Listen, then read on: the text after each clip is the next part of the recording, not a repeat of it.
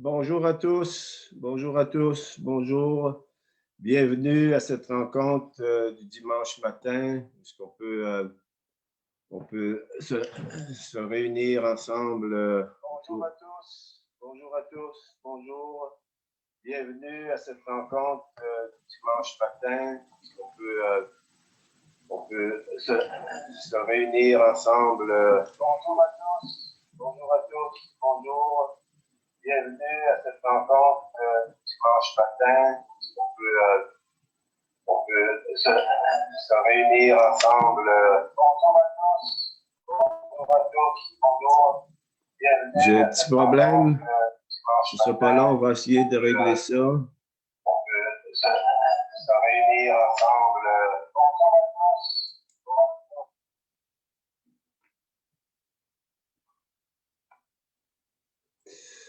OK, c'est ma première expérience avec Zoom et Facebook. Juste une seconde, on va essayer de régler le petit problème que j'ai parce que j'ai du feedback.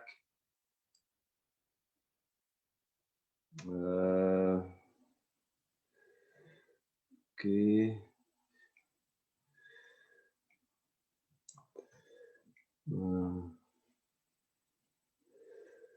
De toute façon, j'essaie de trouver la fenêtre. Excusez-moi, là, c'est la première expérience avec ça.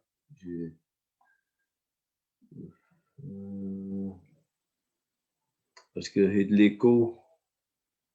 Juste une seconde.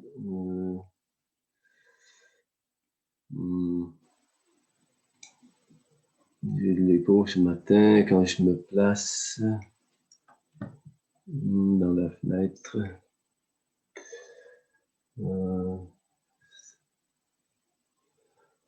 J'aille sur la Zoom.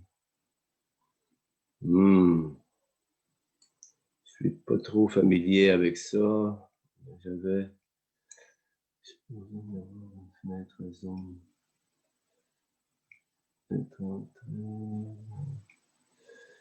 OK. La vidéo en direct.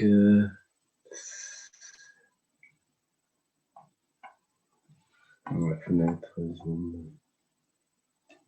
YouTube. Excusez-moi, j'ai un petit problème là ici. Je vais peut-être... attendez une seconde.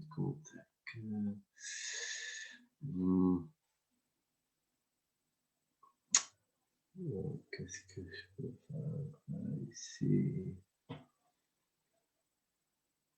Si je reviens... Je m'excuse. Allez voir. OK. Parce que j'ai de l'écho en arrière. OK, donc je vais commencer.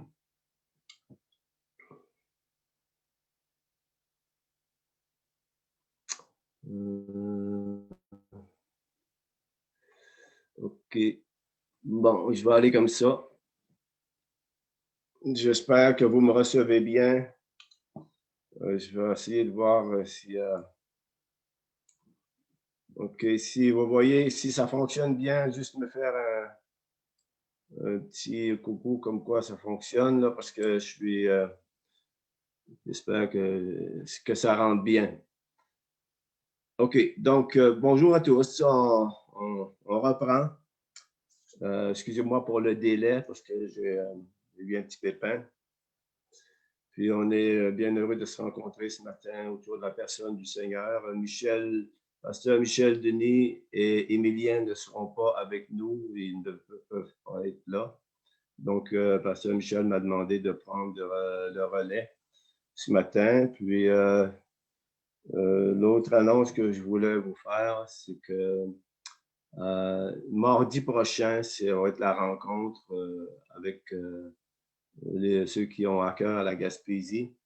Mardi, le 13 avril, donc on va se rencontrer sur la plateforme Zoom à partir de 7 heures.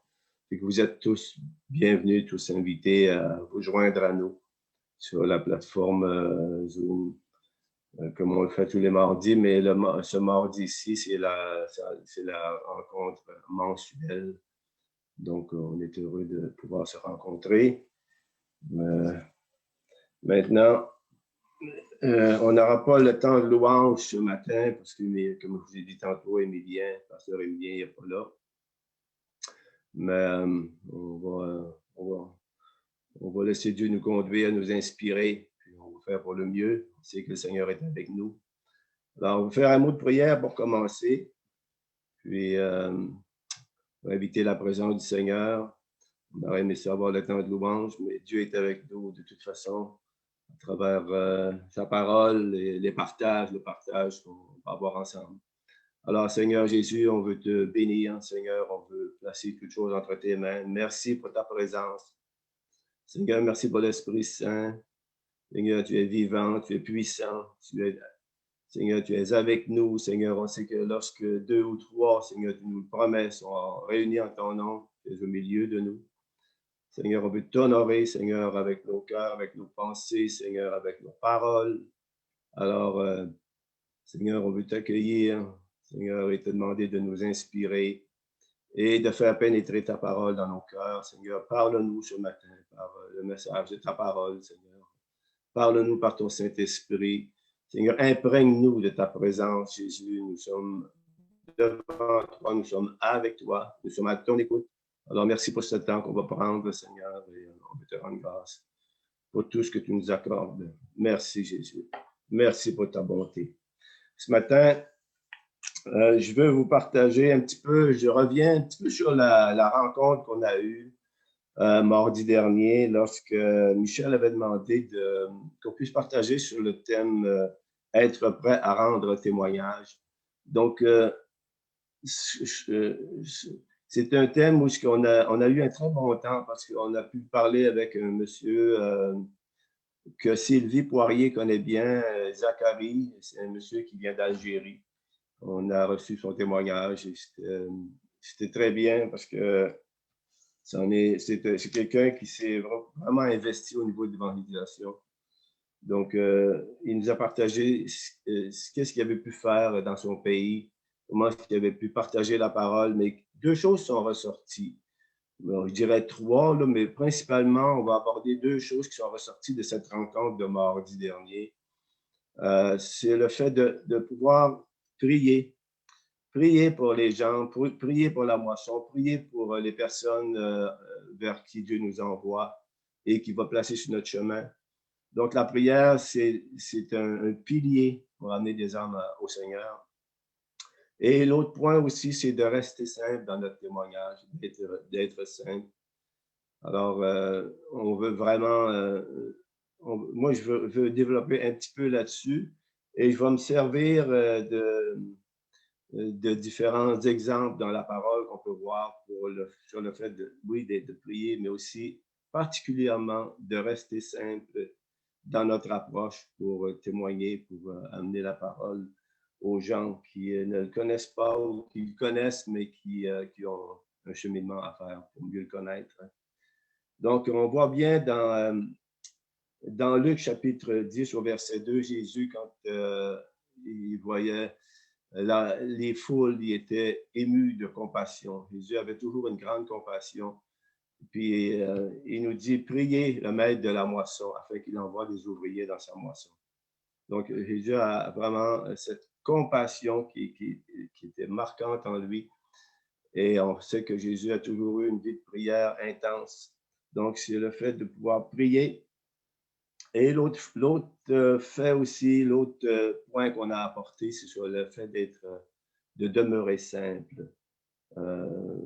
Dans Matthieu chapitre 10 au verset 16, on va aller voir Matthieu 10, 16. Jésus dit, voici, je vous envoie comme des brebis au milieu des loups.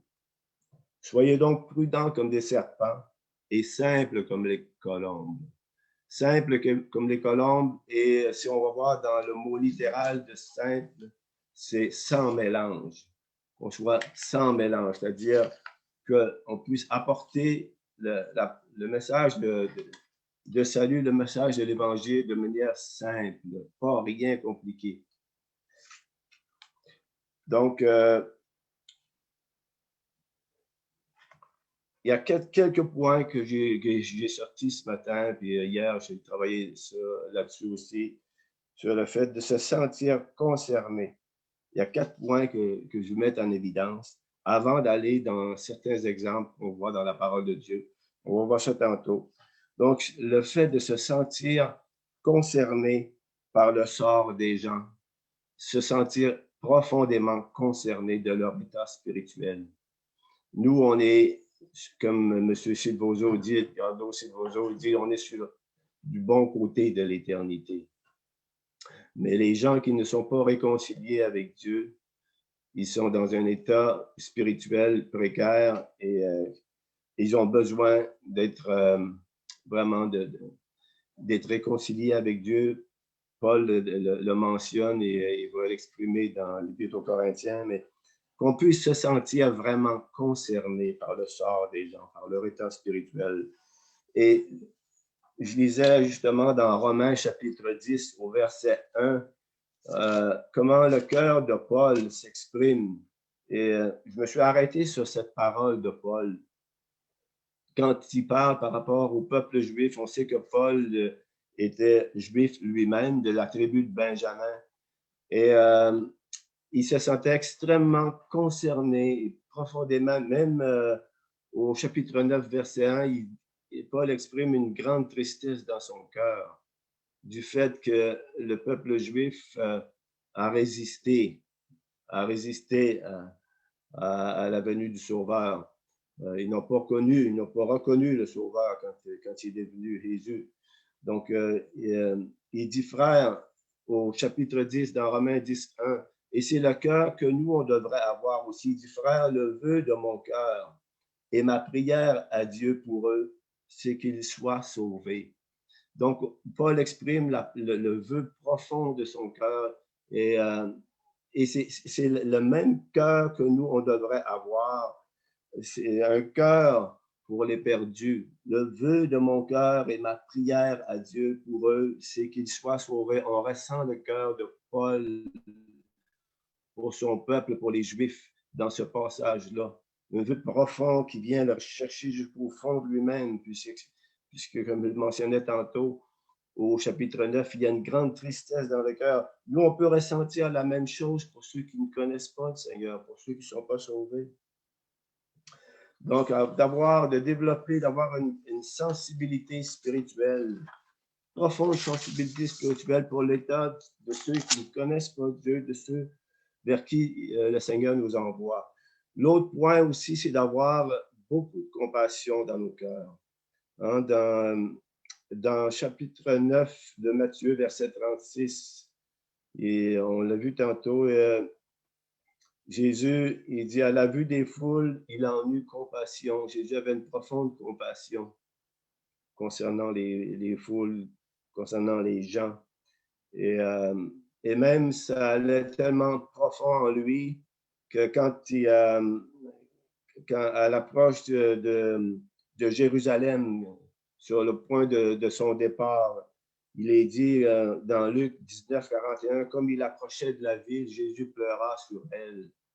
Donc, Jésus avait ce cœur pour les perdus et ce cœur pour le peuple juif, entre autres, mais nous, on doit avoir ce cœur de compassion pour les gens et laisser Dieu produire en nous cette compassion, parce que dans notre marche, dans notre vécu de tous les jours, des fois, on est indifférent envers les gens.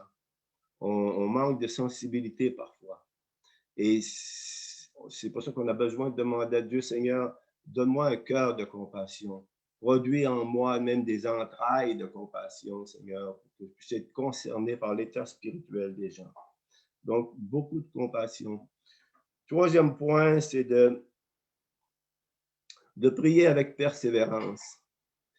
Quand on aura essayé toutes sortes de méthodes, toutes sortes de façons pour amener les gens à Christ, pour les amener à connaître le Seigneur, il va nous rester toujours le fait, et c'est un point crucial, de percer avec persévérance pour ceux qui nous mettent à cœur. Dieu, parfois, il va mettre le Seigneur va mettre des personnes sur notre chemin, ou va mettre dans nos cœurs de prier et d'intercéder pour certaines personnes.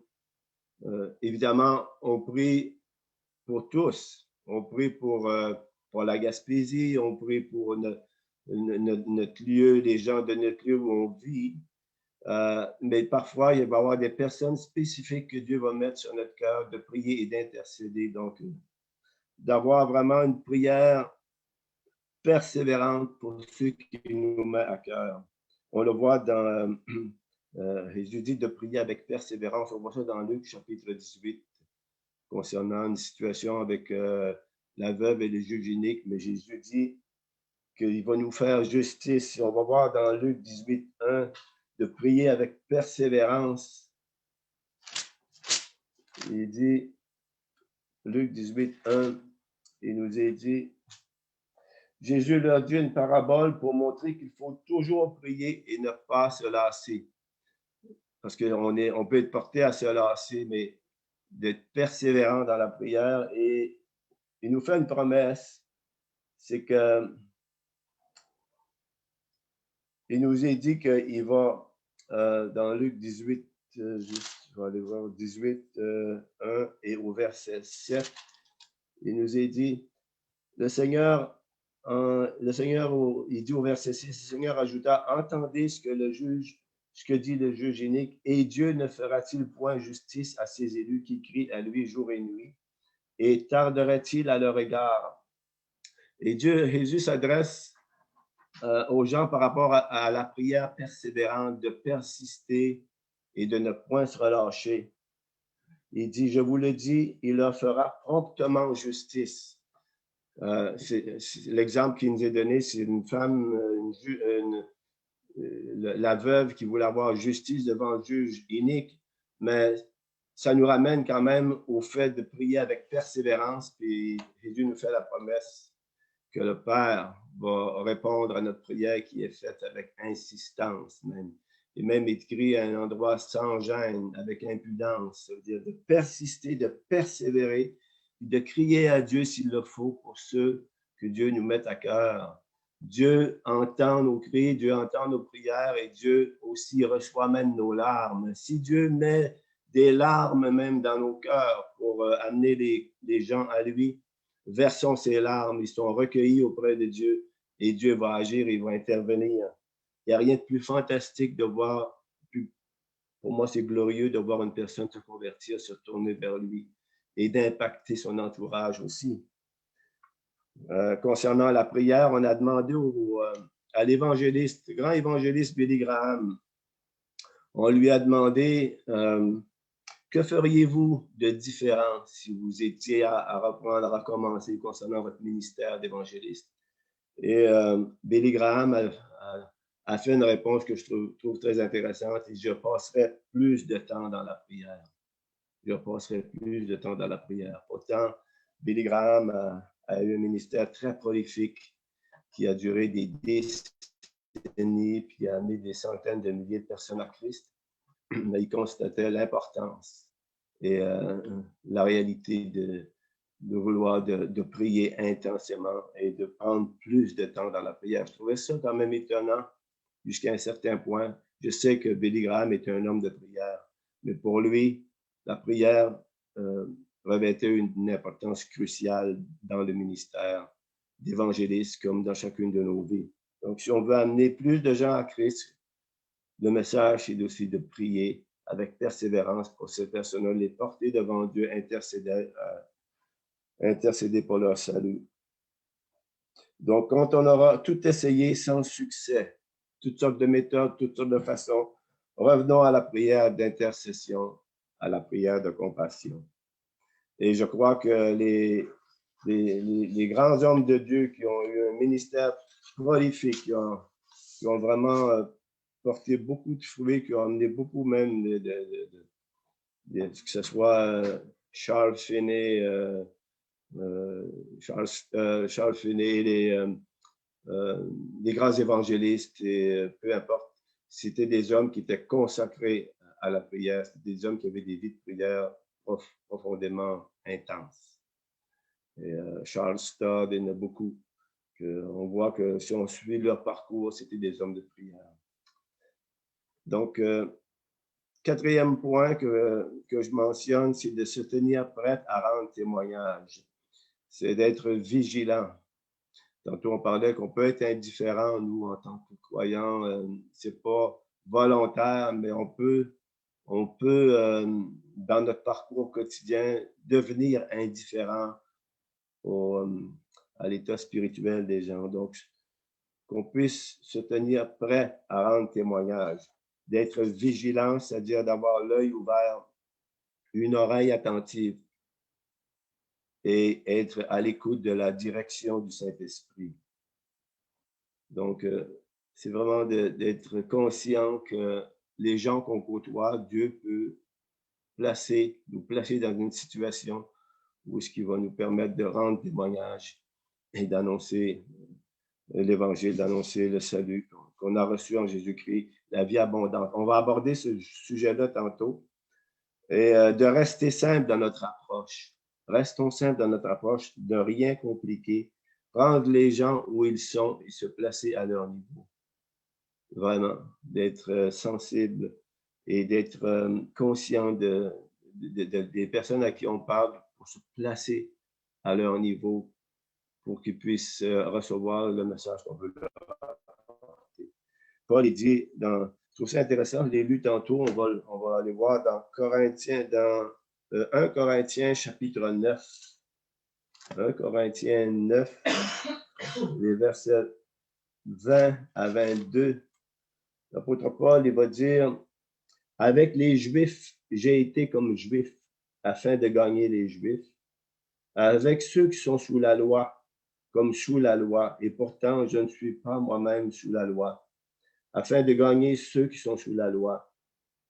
Avec ceux qui sont sans loi, comme sans loi, et pourtant je ne suis pas moi-même sans la loi de Dieu, mais sous la loi de Christ, afin de gagner ceux qui sont sans loi. » Il dit au verset 22, il dit, « J'ai été faible avec les faibles, afin de gagner les faibles. Je me suis fait tout à tous, afin d'en sauver de toute manière quelques-uns. » Donc, de rester simple dans notre approche, mais aussi de se placer au niveau des gens à qui on parle, vraiment. Et je trouve ça remarquable comment est-ce que Paul le décrit ici, là. C'est un passage que je connaissais, qu'on a lu souvent. J'ai été juif avec les Juifs, j'étais grec avec les Grecs. Je me suis fait tout à tous. Et des fois, ça va nous demander certains renoncements. Et j'ai été faible avec les faibles, afin de gagner les faibles. Donc, ça nous parle beaucoup, ça nous interpelle aussi.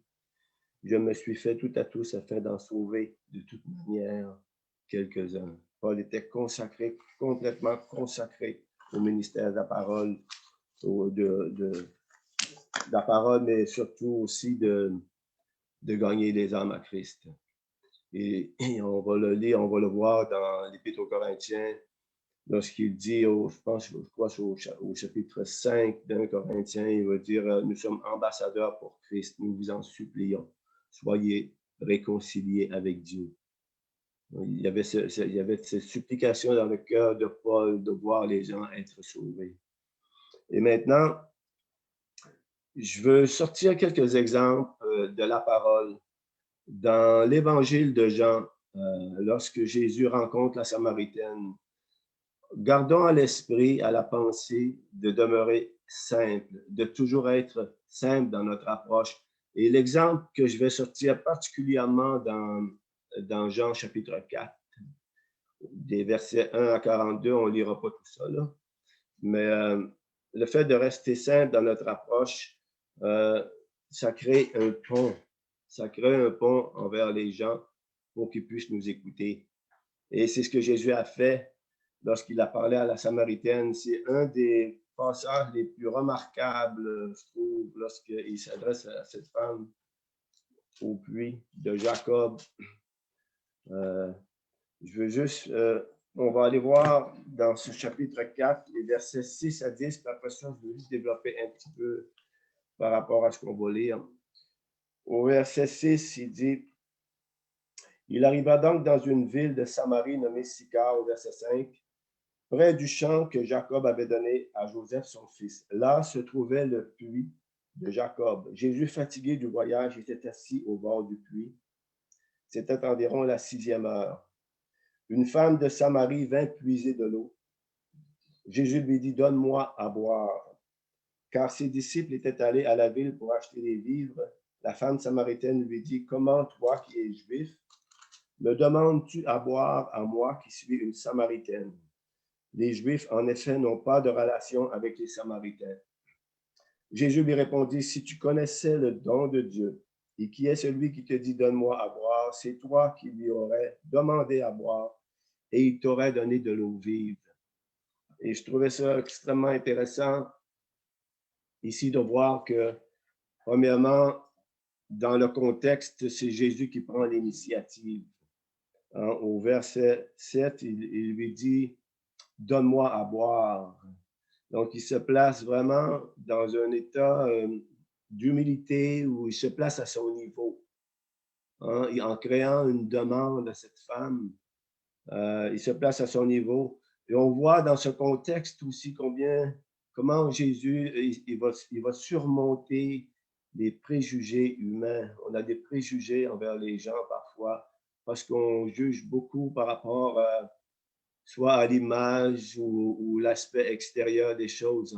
C'est écrit que Jésus ne jugera pas selon l'apparence. C'est vraiment le cœur de Dieu. Il ne jugera pas selon l'apparence. Nous, on est souvent portés à juger selon l'apparence. Et ici, c'est une bonne leçon pour nous que Jésus se place à son niveau, il surmonte les préjugés. On le voit au verset 9, il dit, « Comment? » Elle est étonnée même, parce qu'elle lui dit, « Comment toi qui es juif, me demandes-tu à boire à moi qui suis une Samaritaine? » Elle est étonnée de ce que Jésus lui demande, parce qu'il lui adresse la parole, premièrement. Il dit, les Juifs n'ont pas de relation avec les Samaritains. Donc, Jésus a surmonté cette barrière-là. Et au verset 27, on voit aussi que les disciples étaient dans ces préjugés. Les disciples étaient dans les préjugés de jugement. Puis parfois, ça nous arrive d'être dans ces préjugés de jugement par rapport aux gens. Au verset 27, il dit, « Alors arrivèrent ses disciples qui furent étonnés de ce qu'il parlait avec une femme. » Pourquoi ils étaient étonnés qu'il parlait avec une femme? C'était encore un préjugé du temps.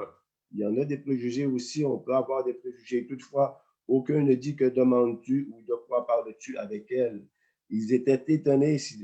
Peut-être ça nous étonne même que cette parole est écrite. Ils étaient étonnés qu'il parlait avec une femme. Donc, c'est un préjugé. Donc, Jésus a surmonté ces préjugés pour pouvoir s'adresser à la Samaritaine. Au verset 10, maintenant, Jésus va présenter de manière tout à fait simple, il va présenter quelque chose à la Samaritaine. Il lui dit, au verset 10, il lui dit, Jésus lui répondit, « Si tu connaissais le don de Dieu et qui est celui qui te dit, donne-moi à boire, c'est toi qui lui aurais demandé à boire et il t'aurait donné de l'eau vive. » Donc ici, Jésus présente tout ça. Voyons ça dans le contexte où nous, on veut partager l'Évangile avec le salut que Dieu nous a accordé en son Fils Jésus-Christ. On veut le partager de la manière la plus efficace possible et créer une soif dans le cœur des gens, créer une soif en eux. Et Jésus lui dit, si tu connaissais le don de Dieu, et lui présente quelque chose qu'elle ne connaît pas. Et vous savez, les gens, en général, la plupart des êtres humains sont à la recherche d'absolu. Les gens sont à la recherche d'absolu. C'est indéniable. Ils cherchent quelque chose de plus grand qu'eux. Et Jésus va répondre à son besoin. Il dit, si tu connaissais le don de Dieu, cette parole nous interpelle. Et c'est ça qu'on voudrait partager aux gens quand on leur parle. Si on pouvait leur dire ici, on le voit, c'est écrit ainsi, là, mais si on pouvait leur communiquer vraiment cette parole ou ce qui est en nous, du fait que nous, on connaît ce don, on connaît Jésus. Si tu connaissais le don de Dieu, c'est ça qu'on voudrait dire aux gens. Est-ce que tu connais le don de Dieu? Est-ce que tu connais ce que Jésus a pour toi? Est-ce que tu connais l'amour que Christ a pour toi? Et donc ici, on voit une chose, c'est que il y a une prise de conscience de sa soif spirituelle. Amener les gens à une prise de conscience pour que les gens puissent voir. Il faut les amener à avoir soif de Dieu. Nous, si on se questionne nous-mêmes lorsque dans notre parcours, comment est-ce qu'on est arrivé à connaître le Seigneur, c'est parce qu'on avait une soif intérieure. Il y avait un désir, quelque chose qui nous a porté à chercher plus que la réalité terrestre, que la réalité terrestre. On a voulu connaître d'autres choses. On avait une soif en nous. Donc, on a pris conscience de cette soif-là qu'on avait. Des fois, les gens n'ont même pas conscience qu'ils ont une soif en eux, une soif de Dieu, sans s'en rendre compte. Donc, les amener à prendre conscience de cette soif de Dieu qui est en eux, cette recherche d'absolu. On le voit dans Ésaïe, chapitre 55. Hein? Ésaïe, chapitre 55, verset 1. C'est comme le cri d'un porteur d'eau. C'est écrit dans le commentaire. C'est comme un porteur d'eau qui crie sur la place publique et dit « Oh, vous tous qui avez soif! » Le « Oh », qu'est-ce que veut dire le « Oh » hein? Le « Oh », c'est un cri, c'est comme un élan du cœur. « Oh, vous tous qui avez soif, venez vers les eaux. » C'est ce que Jésus partage à la Samaritaine. Il fait prendre conscience de sa soif. La soif terrestre, elle va passer la soif de tous les jours.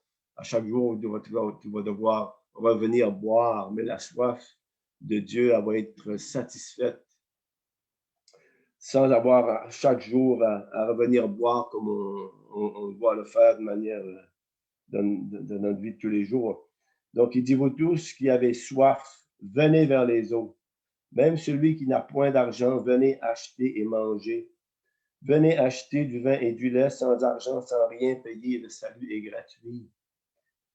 Pourquoi pesez-vous de l'argent pour ce qui n'est pas du pain? Pourquoi peinez-vous pour ce qui ne rassasie pas? C'est un peu ça que Jésus partage avec la Samaritaine. On dit, tu vas devoir revenir à chaque jour, puiser de l'eau, mais si moi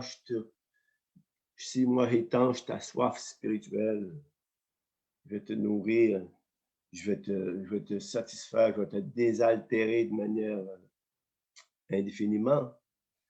Donc, pourquoi pesez-vous de l'argent? Pourquoi pour ce qui n'est pas du pain? Pourquoi peinez-vous pour ce qui ne rassasie pas? Écoutez-moi donc et mangez ce qui est bon, et vous vous délecterez de mets succulents. Tendez l'oreille et venez à moi. Écoutez et votre âme vivra. Donc, c'est le rapport que Jésus a établi avec la Samaritaine.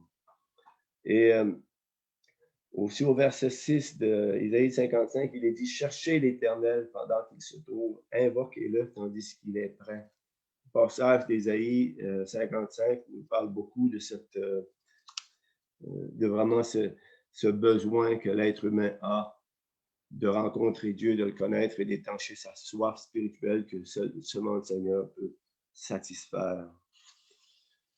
Donc, le don de Dieu, il dit, si tu connaissais le don de Dieu, cette parole, elle m'interpelle, elle nous interpelle tous.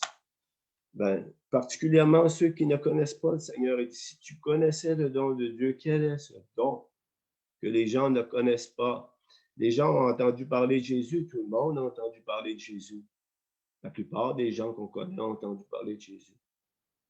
Mais le don de Dieu, c'est quelque chose d'autre. C'est quelque chose, c'est une expérience profonde qu'on peut avoir avec lui qui change nos vies de manière à toujours. Et le don de Dieu, c'est le Fils donné. C'est quoi le don de Dieu? Dans Jean 3,16, on le voit, Dieu a tant aimé le monde qu'il a donné. Le don de Dieu, c'est donner son Fils. Il a donné son Fils afin que quiconque croit en lui ne périsse pas, mais qu'il ait la vie éternelle. Le don de Dieu, c'est la vie de l'Esprit. Hein? Dans Jean chapitre 3, dans Jean chapitre 3, on le voit au verset 5 et 6. Il est dit, Jésus lui répondit, en vérité, je te le dis, si un homme ne naît d'eau et d'esprit, il ne peut entrer dans le royaume de Dieu. Ce qui est né de la chair est chair, et ce qui est né de l'esprit est esprit. C'est ça que Jésus va communiquer à la Samaritaine, pour pouvoir qu'elle puisse recevoir la vie de l'esprit, les eaux vives. Donc, le Fils donner sa propre vie qui va donner en rançon pour l'humanité. L'Esprit Saint qui va donner la vie abondante dans Jean chapitre 10, au verset 10. Je suis venu, moi, le bon berger, je suis venu afin que les brebis aient la vie et qu'elle ait en abondance. C'est ce qu'il promet à la Samaritaine. La vie en abondance. La vie abondante que Jésus peut nous donner et la plénitude de l'Esprit. Parce qu'on voit au chapitre 7, versets 37 et 38, il est dit, Jean chapitre 7, 37 et 38, il dit, le dernier jour, le grand jour de la fête, Jésus debout s'écria, si quelqu'un a soif, qu'il vienne à moi et qu'il boive. Au verset 38, celui qui croit en moi, des fleuves d'eau vive couleront de son sein, comme dit l'Écriture. Donc, on voit que ce partage avec la Samaritaine a été vraiment cette rencontre qui a certainement bouleversé sa vie, qui a changé sa vie, mais toujours dans une perspective d'un témoignage qui est tout à fait simple. Jésus, quand il a rencontré la Samaritaine, on revient toujours à ce thème-là, de rester simple et de se laisser inspirer, oui, par le Saint-Esprit, mais d'avoir une approche simple. Et la réponse de la Samaritaine, on le voit au verset 15. La femme lui dit, Seigneur, donne-moi de cette eau. Et les gens à qui on parle, ceux qu'on rencontre et avec qui on partage, c'est là qu'on veut les amener. C'est à cette réponse-là qu'on veut les amener. On veut les amener à satisfaire leur soif de Dieu. Comme la Samaritaine a répondu au verset 15, la femme lui dit, Seigneur, donne-moi, Seigneur, donne-moi de cette eau afin que je n'ai plus soif et que je ne vienne plus puiser ici.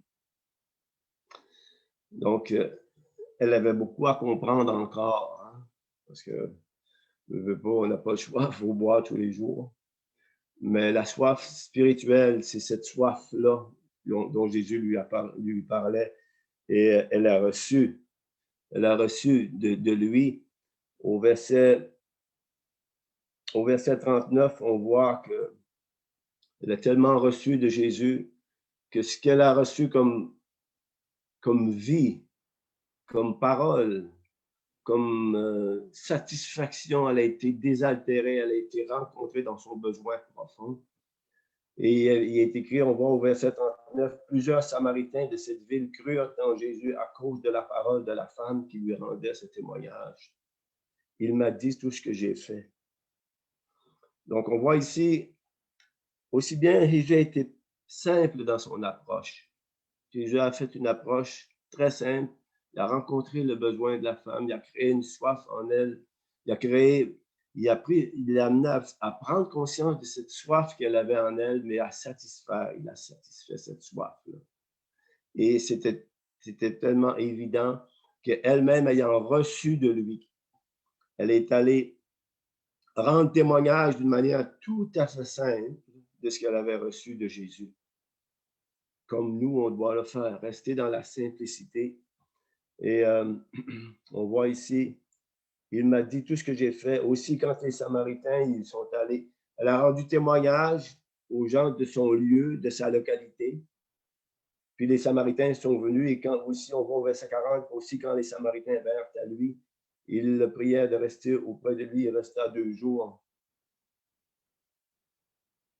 Et il disait à la femme, eux aussi ont été rencontrés au verset 42 parce qu'ils lui disent, ce n'est plus à cause de tes dires que nous croyons, car nous l'avons entendu nous-mêmes et nous savons que c'est vraiment lui, le sauveur du monde. Donc, c'est ça. C'est exactement ça, ce passage de Jean chapitre 4, la rencontre de Jésus avec la Samaritaine, c'est extraordinaire comme leçon. Parce qu'eux ont reconnu en lui le sauveur du monde. Et c'est ce qu'on veut montrer, c'est ce qu'on veut partager avec les gens. Qu'ils puissent reconnaître en Jésus le sauveur du monde. Donc, on doit rester dans une approche tout à fait simple.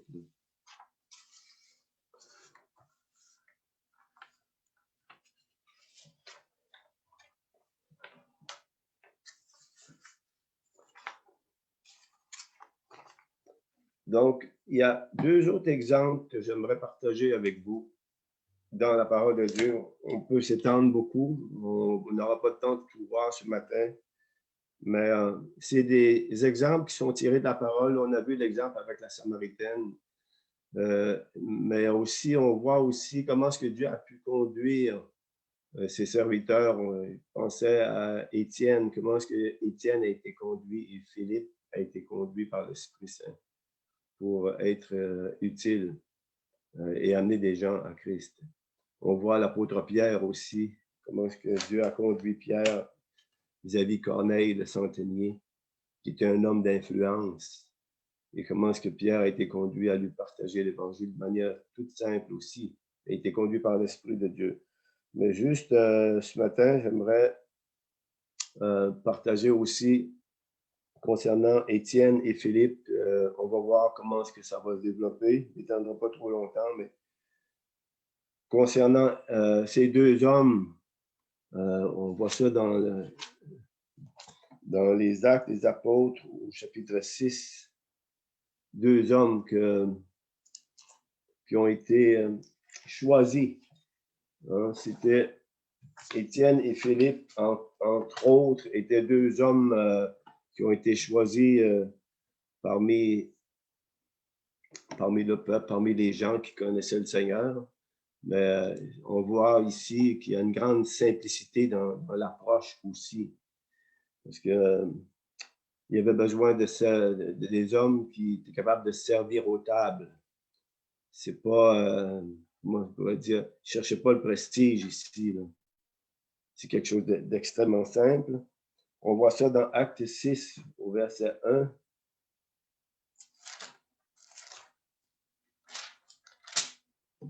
Il dit, en ces jours-là, comme les disciples se multipliaient, on voit qu'il y avait une situation où les veuves étaient négligées dans le service quotidien. Donc, au verset 2, il dit, les 12 convoquèrent alors la multitude des disciples et dirent, il ne convient pas que nous délaissions la parole de Dieu pour servir aux tables. C'est pourquoi, frères, choisissez parmi vous 7 hommes de qui leur rendre un bon témoignage, remplis de l'esprit de sagesse, et nous les chargerons de cet emploi. Donc, ce discours plut à toute la multitude. Ils élurent Étienne, homme plein de foi et d'esprit Saint, et Philippe. Donc, moi, j'ai tiré 2 exemples de ces hommes-là. C'était des hommes, premièrement, de qui on rendait un bon témoignage. Ils étaient remplis d'Esprit Saint et de sagesse. Ils étaient serviables. Et au verset 5, ils étaient pleins de foi, remplis de la présence de Dieu. Mais concernant Étienne, c'est extraordinaire la vie d'Étienne, parce qu'Étienne n'avait pas, comment on pourrait dire, c'était au début, là, il n'y avait pas tout un bagage. Mais Étienne était un homme qui était totalement consacré et On voit au verset 8, là, Étienne était plein de grâce et de puissance. Il opérait des grands prodiges et des signes parmi le peuple. Donc, c'était un homme consacré, c'était un homme qui était un serviteur, on l'a vu tantôt. C'est un homme qui était audacieux parce que ça, c'est des caractéristiques. Parce que ce matin, ce dont on parle, c'est de pouvoir amener la parole, amener l'Évangile aux gens de manière efficace, de manière simple. Puis on va chercher des caractères, des points de caractère dans la vie des gens, qui nous est donné comme exemple. Donc, il était audacieux. C'est un homme qui était audacieux tout de même, parce qu'il opérait des grands prodiges et des signes parmi le peuple. Il agissait avec zèle, rempli de zèle. Puis il parlait, c'était un homme qui était inspiré par l'esprit de sagesse. On voit au verset 10, mais il n'était pas capable, quand il discutait avec, si on voit là, quelques-uns parmi la synagogue au verset 9, dit des affranchis parmi les Cyréniens, ils ont voulu discuter avec lui. Il discutait avec Étienne, mais il n'était pas capable de résister à la sagesse et à l'esprit par lequel il parlait. C'est on voudrait d'être animé de cet esprit-là toujours, hein, lorsqu'on est dans des situations où on doit parler. Puis ici, Dieu peut nous placer dans des situations où on rend témoignage à plusieurs personnes et qu'on puisse parler avec un esprit de sagesse. Il n'était pas capable de résister à la sagesse et à l'esprit par lequel il parlait, parce que Étienne était revêtu de l'esprit de Dieu. Donc, il parlait avec, on voit dans l'Ancien Testament comment est-ce que Jésus, entre autres, il y a l'esprit de sagesse. Et c'est cet esprit-là qui animait Étienne. C'est un homme courageux aussi, un caractère pour annoncer l'Évangile. C'est un homme courageux parce qu'ils l'ont quand même, là, il a été mis en situation extrême. Hein? C'est le premier martyr de l'Église. Ils le saisirent de force et l'amenèrent au Sanhédrin. Ils ont produit des faux témoins. On voit un peu plus loin, versets 12 et 13. Il dit, nous l'avons entendu dire que Jésus, ce Nazaréen, en tout cas, ils ont commencé à déclarer toutes sortes de choses, dire toutes sortes de choses pour confronter Étienne et le mettre en accusation, comme Jésus. Donc, tous ceux qui siégeaient au Sanhédrin fixaient les regards sur lui et virent son visage comme celui d'un ange. On voit que Étienne, dans la situation ici, il y a vraiment le caractère d'un homme connecté avec Dieu, vraiment en relation intime avec Dieu. C'est pour ça que il y avait tant d'efficacité dans son ministère, puisqu'on l'a vu tantôt, il opérait des grands prodiges et des signes parmi le peuple. On voudrait voir ça. On aspire à voir des choses comme ça. J'espère qu'on va voir des choses comme ça arriver. Mais on peut être mis dans des situations qui peuvent nous demander de payer un certain prix. Et Étienne était prêt à payer le prix. C'est un homme extrêmement courageux. On voit au verset 1 et 2, le souverain sacrificateur dit, en est-il bien ainsi? Il met Étienne en accusation. Étienne répondit, vous, frères et pères, écoutez. Le Dieu de gloire apparu à notre Père, il va commencer à parler. Il va commencer à conter l'histoire d'Israël, le parcours du peuple d'Israël. Et on voit que Étienne est nourri. C'est sûr qu'il a été élevé sûrement dans le judaïsme, il connaît l'histoire du peuple juif, mais il connaît beaucoup aussi les Écritures. Il connaît la parole. Il est nourri de la parole et il se nourrit de la parole. On a besoin, nous aussi, si on veut amener l'Évangile de manière efficace, de connaître la parole de Dieu et de l'amener de manière toute simple. On voit ici, il compte simplement l'histoire, le parcours d'Israël, qui est extraordinaire. Tout le chapitre 7 nous décrit d'une manière, en résumé, le parcours de l'Ancien Testament du peuple d'Israël. Et il est plein de la parole et il est rempli du témoignage de Christ. Et au verset 58 et 59, on voit que c'est le premier martyr de l'Église chrétienne. Et il a été lapidé. Et il a pu passer à travers cette épreuve extrême parce que de manière extraordinaire, en laissant tout un témoignage, parce que sûrement, on sait que l'apôtre Paul était présent lorsque Étienne a été, ils l'ont lapidé, il est demeuré ferme.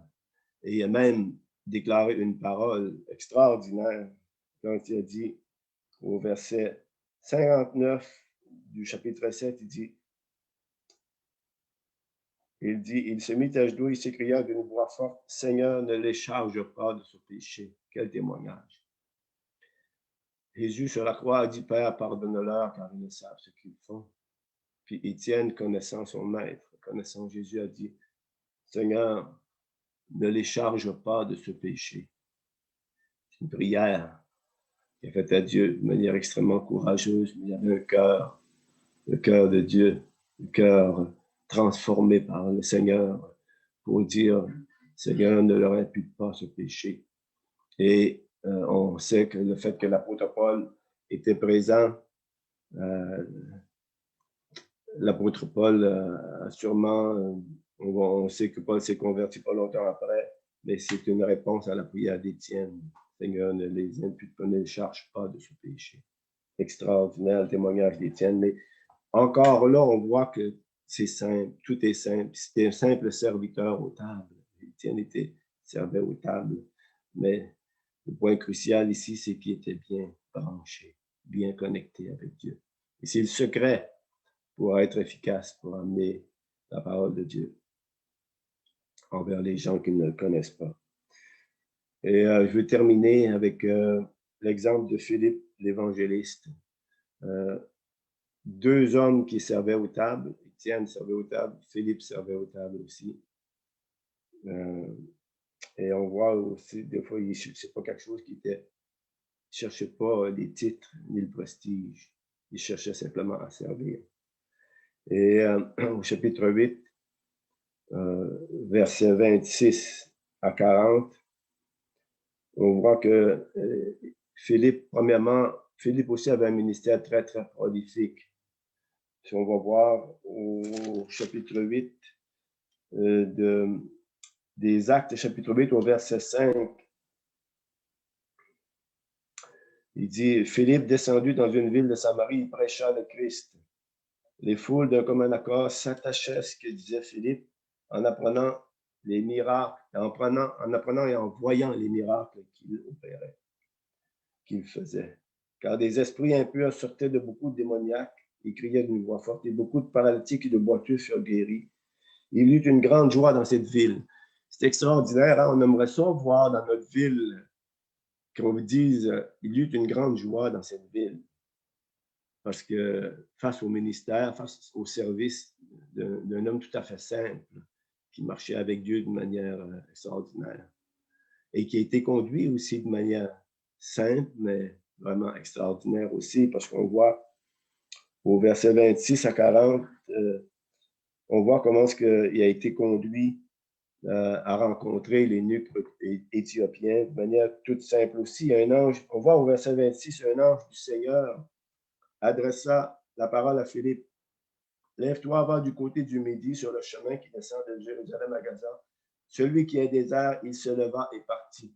Il y a beaucoup de points intéressants dans ce passage-là, sur le chemin qui est désert. Qu'est-ce qu'il va faire sur un chemin désert? Il ne s'est pas posé la question. Il a simplement eu une oreille attentive. Il a été à l'écoute parce que le premier, ce qu'il a entendu, c'est, on ne sait pas de quelle façon il a pu l'entendre, mais parce qu'il était bien connecté, bien branché avec le Seigneur, bien attentif, bien à l'écoute de ce que l'Esprit pouvait lui dire, et même qu'un ange lui a parlé, on ne sait pas de quelle façon, mais il lui dit, un ange lui adressa la parole, lève-toi, va du côté du midi sur le chemin qui descend à Gaza. Donc, il y avait une oreille attentive. Comment y a-t-il entendu l'ange? On ne sait pas. Et comment Dieu peut nous parler de toutes sortes de façons. Dieu n'est pas limité. Il peut bien nous parler par un ange. Il va souvent nous parler par la parole. Il va nous parler par une impression du cœur. Il va nous parler par l'Esprit Saint. Donc, il faut être attentif. Et ici, on peut voir le témoignage de Philippe dans toute sa simplicité, c'est qu'il a été attentif à ce que le Seigneur voulait lui dire. Et aussi, qu'est-ce qu'il a fait et que nous, parfois, on peut hésiter, c'est qu'il a été obéissant. Au verset 26, il se leva et partit. Donc, il a répondu à l'appel de l'ange d'aller à tel endroit et il est parti. Et nous, on va vivre des expériences comme ça. J'ai déjà vécu de telles expériences. Une impression, soit de partir ou d'attendre. Et lorsque tu ressens que le Seigneur t'a parlé, lorsqu'on ressent que le Seigneur nous a parlé, on va et on va faire des rencontres appointées, des rencontres célestes, on peut dire. Donc, il a été obéissant, il est parti.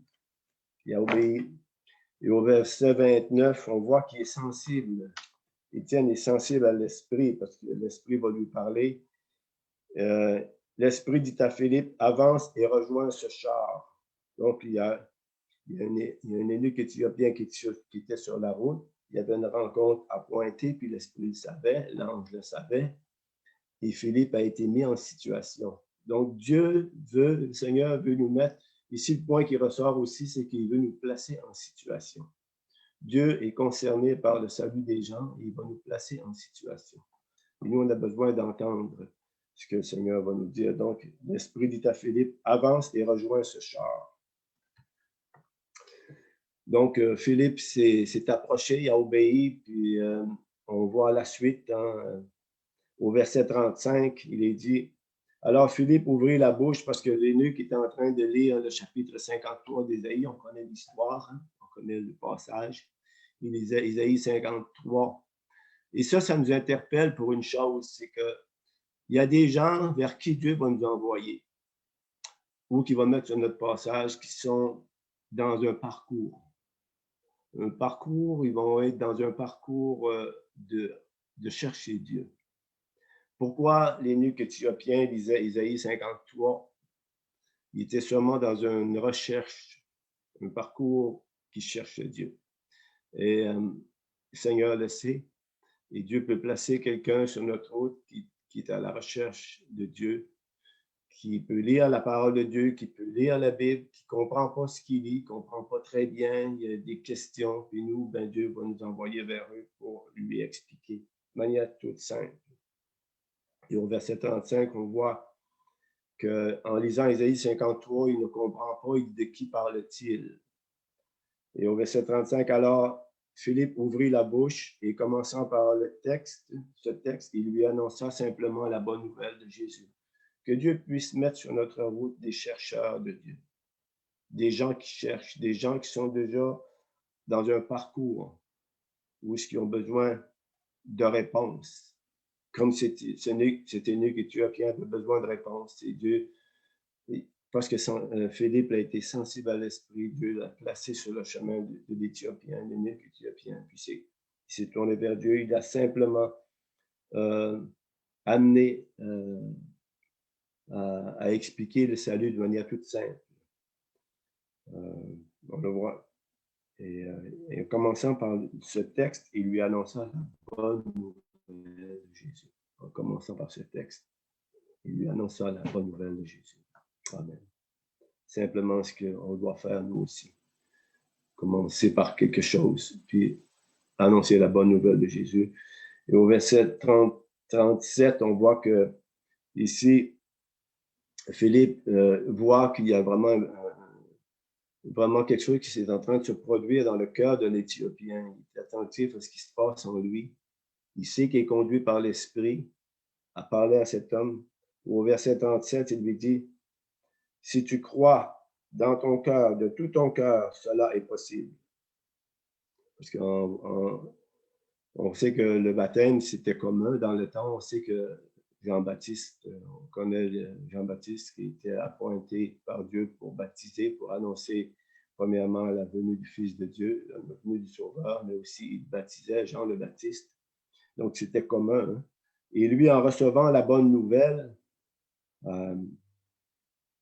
comme au verset 36, comme ils continuaient leur chemin, ils arrivèrent à un point d'eau et l'eunuque dit, voici de l'eau, qu'est-ce qui m'empêche d'être baptisé? Qu'est-ce qui m'empêche? Donc, il avait très bien compris le message que Philippe lui a communiqué. Qu'est-ce qui m'empêche d'être baptisé? Et Philippe va aller un peu plus loin avec lui et il va lui dire, si tu crois de tout ton cœur, cela est possible. Donc, il sonde vraiment si L'eunuque, ce qu'il a entendu, si ce qu'il a reçu est profond, si c'est réel, si ce n'est pas superficiel, si ce n'est pas simplement peu importe qu'il a entendu quelque chose, puis il répond de manière superficielle, non. Il veut savoir si la parole a pénétré son cœur, parce qu'il lui dit, si tu crois de tout ton cœur, si la parole, le témoignage, la bonne nouvelle de Jésus a pénétré en toi, si tu crois de tout ton cœur, cela est possible. Et l'eunuque que tu obtiens, c'est intéressant de voir la réponse, parce qu'il dit, je crois que Jésus-Christ est le Fils de Dieu. La confession de sa bouche est importante. Je crois que Jésus-Christ est le Fils de Dieu. Hein, comme Pierre a exprimé, Seigneur, à qui irions-nous? À qui d'autre irions-nous? Tu as les paroles de la vie éternelle. Donc, il y avait vraiment le cœur qui est impliqué ici, pas seulement la tête, mais le cœur. Et je crois que Jésus-Christ est le Fils de Dieu. Quel témoignage, hein? Quelle évidence qu'il a compris le message. Il ordonna d'arrêter le char au verset 38. Tous deux descendirent dans l'eau et Philippe ainsi que l'eunuque, et il le baptisa. Quand il fut remonté hors de l'eau, l'Esprit du Seigneur enleva Philippe. Donc, on voit ici que lorsqu'on va lire dans Romains chapitre 8, versets 8 à 10, on le voit, ça confirme. Romains 8, 8 à 10, je trouve ça intéressant de revenir à ce passage-là parce que vraiment d'amener les gens à la confession de la bouche, mais aussi le cœur qui est impliqué. Romains chapitre 8, vous trouvez le passage, versets 8 à 10, il dit. Chapitre 10, je pense c'est 10, 8 à 10, excusez. Romains chapitre 10, 8 à 10. Que dit-elle donc? Que dit-elle donc? La parole. La parole est près de toi, elle est dans ta bouche et dans ton cœur. Or, c'est la parole de la foi que nous prêchons. Donc, toujours la foi. Si tu confesses de ta bouche le Seigneur Jésus, et si tu crois dans ton cœur que Dieu l'a ressuscité d'entre les morts, tu seras sauvé, car c'est en croyant du cœur. On voit ici avec l'Éthiopien. Il croit du cœur, il croit dans son cœur. Ça implique toute sa personne. Alors, en croyant du cœur, on parvient à la justice et en confessant de la bouche, on parvient au salut, selon ce que dit l'Écriture. Quiconque croit en lui ne sera pas confus.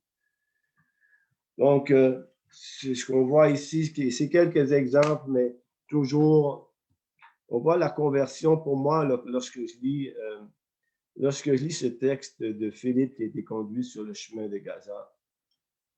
On voit vraiment un épisode, une manière d'amener la parole de Dieu de manière tout à fait simple, qui est resté dans la simplicité. Un passage tellement simple d'amener quelqu'un à Christ. On voudrait voir ça tous les jours. On voudrait que Dieu nous place en situation où que simplement comme ça, on amène des gens à Christ.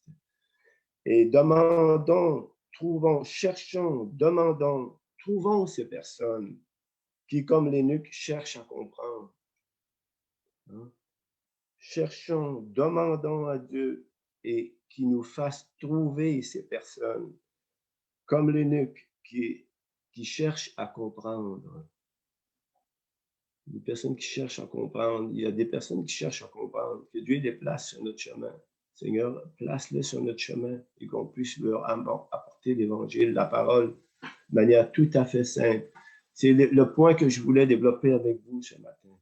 Demander à Dieu de nous garder dans la simplicité, mais bien branchés en lui, bien connectés avec lui, dans sa parole, communion avec lui, en communion avec son esprit, avec les yeux ouverts, une oreille attentive, avec une compassion profonde dans notre cœur, avec une vie de prière, d'intercession, d'intercéder pour ceux qui ne connaissent pas. Nous, ce qu'on a reçu, ce qu'on a connu, la vie abondante qu'on a tous les jours, qu'on reçoit, qui n'empêche pas les épreuves et les difficultés.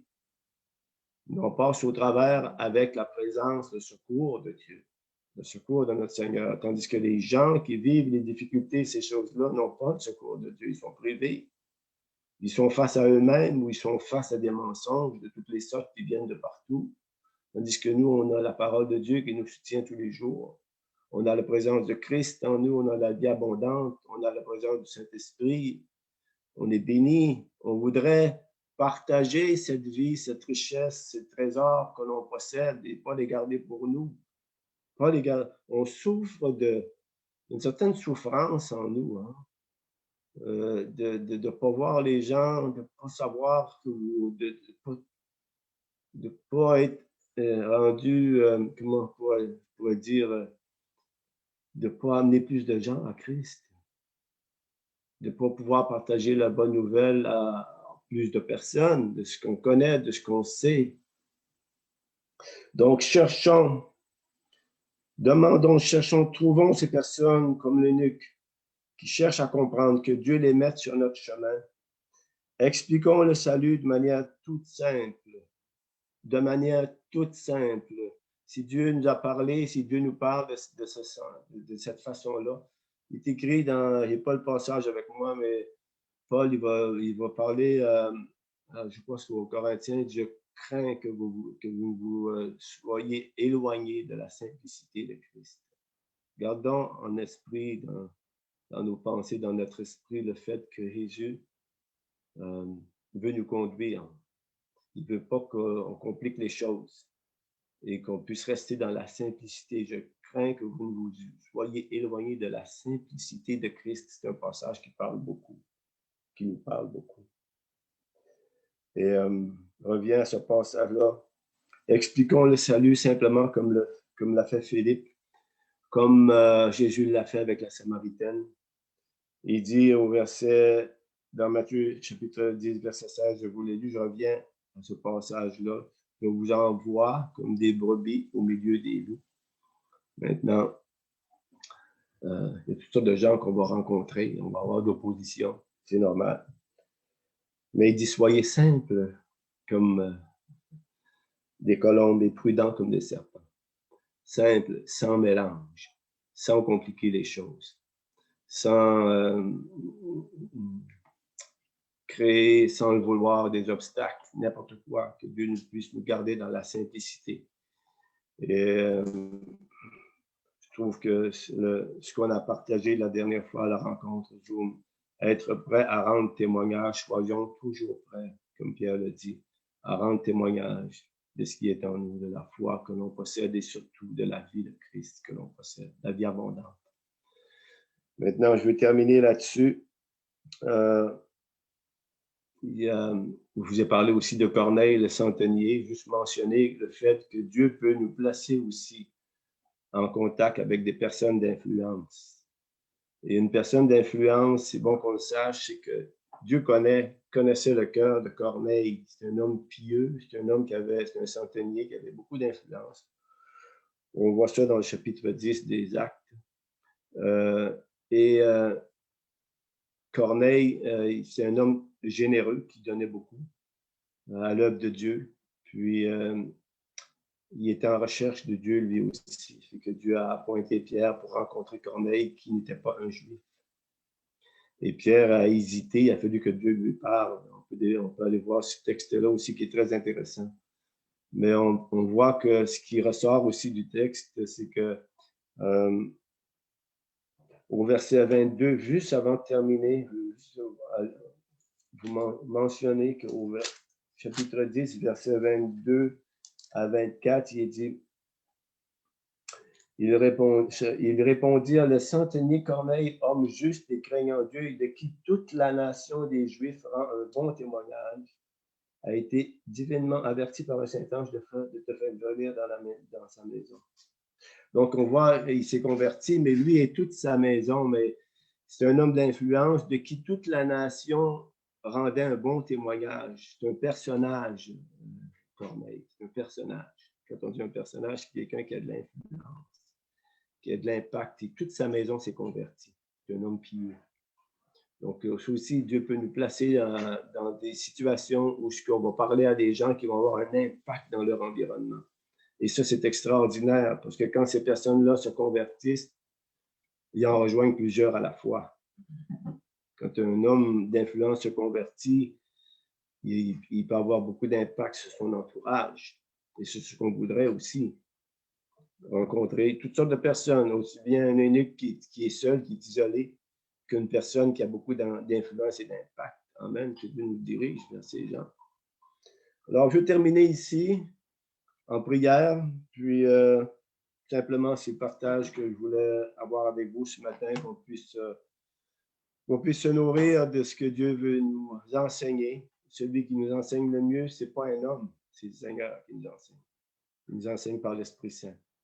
Il nous enseigne par sa parole. Il nous enseigne par l'inspiration. Il nous enseigne par son onction. Alors, merci Seigneur. On veut simplement te bénir, Seigneur, ce matin pour ce temps qu'on a pu être à l'écoute de ta parole, Seigneur, qu'on a pu tirer des exemples de ta parole, aussi bien ta rencontre avec la femme samaritaine, la samaritaine qui a impacté sa vie et la vie des autres, aussi bien Étienne, cet homme, Seigneur, qui a eu un grand impact aussi sur l'Église, que Philippe lui-même, qui a été conduit de manière toute simple à rencontrer cet eunuque éthiopien, aussi bien que Pierre, qui a rencontré Corneille, qui a vraiment impacté la vie de cet homme et son entourage. On veut te bénir, Seigneur, pour tout ce que tu nous accordes, tout ce que tu nous donnes, Seigneur. Et on te demande une chose, Seigneur, c'est de nous garder dans la simplicité et de nous permettre de faire des rencontres appointées. Seigneur, on veut porter du fruit pour toi, comme tu le dis dans ta parole dans Jean 15. Le Père est glorifié en ceci, c'est que vous portiez beaucoup de fruits et vous serez mes disciples. Alors, merci pour ce temps, ce matin, Seigneur. On prie que tu continues de nous inspirer. On prie que tu continues de nous instruire, que tu continues de nous parler, Seigneur, que tu nous gardes simples en toi, Seigneur Jésus.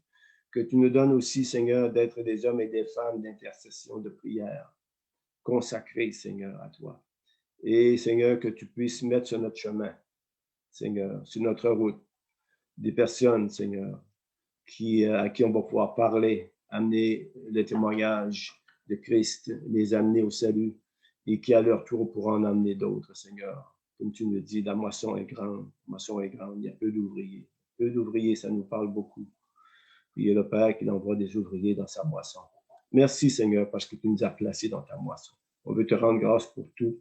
Et merci pour ce temps ce matin, Seigneur. On veut bénir l'Église, on veut bénir tes fils et tes filles, tes serviteurs, tes servants. On veut bénir Pasteur Michel Denis ainsi que son épouse Serena, ses filles. On veut bénir Pasteur Émilien aussi, son épouse. Et on bénit ton peuple ce matin. Merci pour ta grâce, tout ce que tu nous accordes dans ton bien-aimé en Jésus-Christ, la vie abondante, la vie d'esprit. Les eaux vives, les fleuves d'eau vive, Seigneur, la plénitude de ton Esprit Saint et ta parole. Merci, Seigneur. On te rend grâce pour tout. Et guide-nous, Seigneur, conduis-nous, garde-nous en toi durant toute cette semaine qui est devant nous. Et dans cette journée, Seigneur, on te bénit. En grâce, dans ton précieux nom, Jésus. Amen. Alors, merci d'avoir été avec nous. C'est un message, oui, sur l'évangélisation ce matin. C'est un message qui est dans la suite de notre rencontre de mardi soir. Que Dieu puisse vous accompagner en cette journée, qu'il puisse vous bénir abondamment et mettre sur votre route des personnes, des contacts, des gens à qui vous allez pouvoir parler et amener à la connaissance de Jésus-Christ, notre merveilleux sauveur. Passez une bonne semaine, on se quitte là-dessus. À la prochaine. Dieu vous bénisse.